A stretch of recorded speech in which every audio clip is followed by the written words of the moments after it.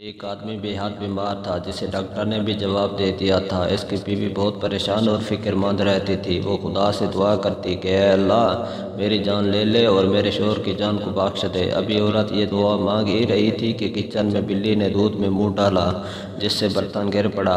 औरत घबरा गई और समझी मलकुल मौत आ गए हैं। यह ख्याल कि शायद मेरी दुआ कबूल हो गई हो भूत डरी और कहने लगी, हजरत इधर ख्याल ना करें, जिसके लिए आप आए हैं इसे ही लेकर जाएं, वो अंदर पड़ा है।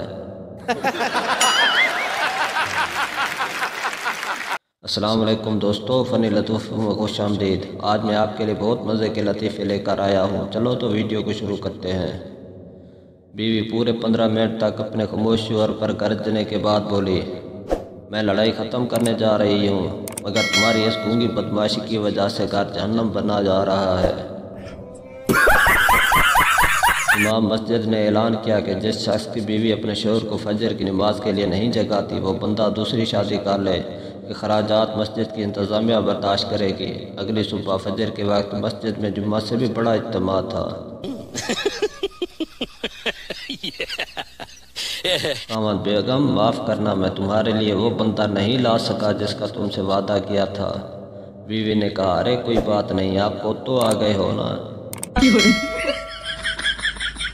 व्हाट्सएप पर रात को लोग इतनी दुखी स्टेटस लगाते हैं कि मुझे तो वो मोहब्बतें भी याद आ जाती हैं जो मैंने कभी की ही नहीं। पुलिस इंस्पेक्टर, हमें इतला मिली है कि आपके घर में दवा का खेज मवाद मौजूद है। आदमी, जी इतला तो ठीक है लेकिन अभी वो मैके गई हुई है।